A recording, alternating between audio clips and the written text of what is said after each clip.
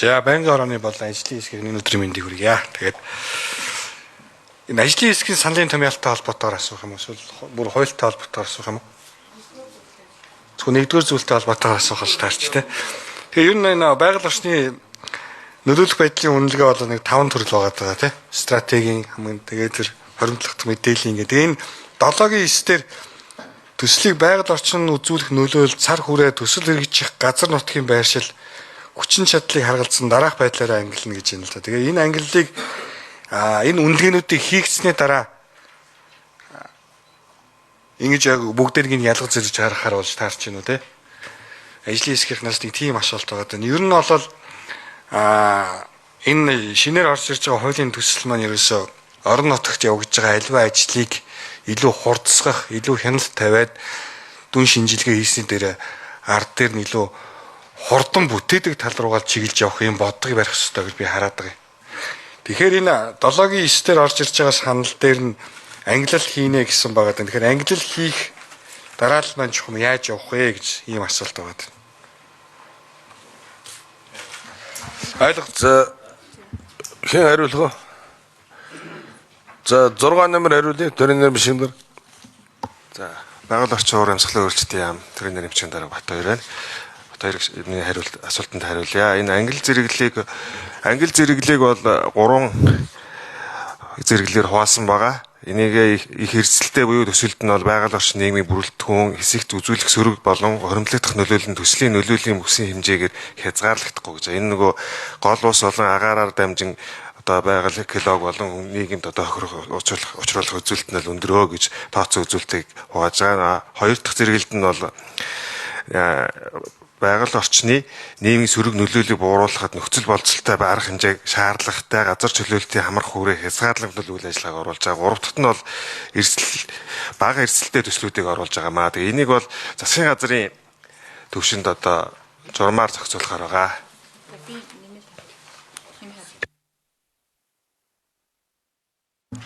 Хэд номер байна?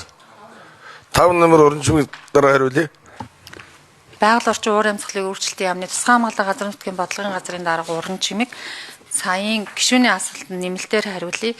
Тэгэхээр яг процессын үед асууж байна. Яг 1 2 3 дугаар зэрэглэлд хуваарлаж байгаа нь одоо яг төслүүд нь тодорхой хэмжээнд яг тухайн төслийн одоо цар хүрээнээс шалтгаалаад ангиллаараа яг процессыг хялбаршуулж байгаа. Энэ хялбаршуулж байгаа харилцааг бол засгийн газрын тогтоолоор батлаад яг одоо байгаа байгаль орчин нөлөөлөх байдлын ерөнхий үнэлгээ олон наривчсан үнэлгээг мэргэжлийн байгууллагын эрхтэй байгууллага хийдэг. Тэгэхээр мэргэжлийн байгууллагын эрхтэй байгууллага нь яг энэ 1 2 3 дугаар зэрэглэлд яг нөлөөллөөсөө шалтгаалаад аль зэрэглэлийг сонгоё гэдгийг бизнесээр оруулахдаа тэрлүү яг зэрэглэлд нийцсэн шалгуурыг хангаж байгаа зэрэглэл тооцоод нөлөөллийнхөө үнэлгээг мэргэжлийн байгууллага хийгээд эхнээсээ явах процесс. За уян гишүүн нэмж хариулъя. Бат хоёр гишүүний асуултанд нэмэлтээр өгөхөд за байгаль орчны үнэлгээ хийлэгдэх төслүүд бол маш олон байгаа. Ер нь бол газар дээр талбай эзлээд байгаль орчинд нөлөөлөх хүйц үйл ажиллагаа явуулах байгаа төсөл болгон үнэлгээ хийлэгдэг. Та бас сайн мэдж байгаа хаа. За зэрэглэл 1, зэрэглэл 2, зэрэглэл 3-т ямар төслүүд орох вэ гэдэг дээр хууль тогтоомжийн тухай хуулиараа энэ хуулийн төсөл засгаас өргөн баригдахдаа журам нь засгаар батлагдах журмын төсөл нь бол боловсруулагдсан орж ирсэн.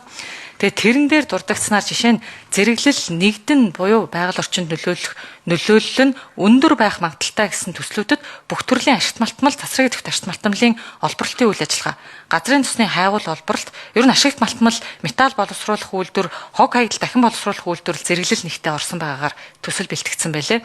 За зэрэглэл 2-т болохоор бүх төрлийн түгээмэл тахстай ашигт малтмлын олборлолт ороод хөнгөн бетон зуурамгийн үйлдвэрийн үйл ажиллагаа, аялал жуулчлал амралтын газар Зөөнгөө шингүүцээж хариулъя.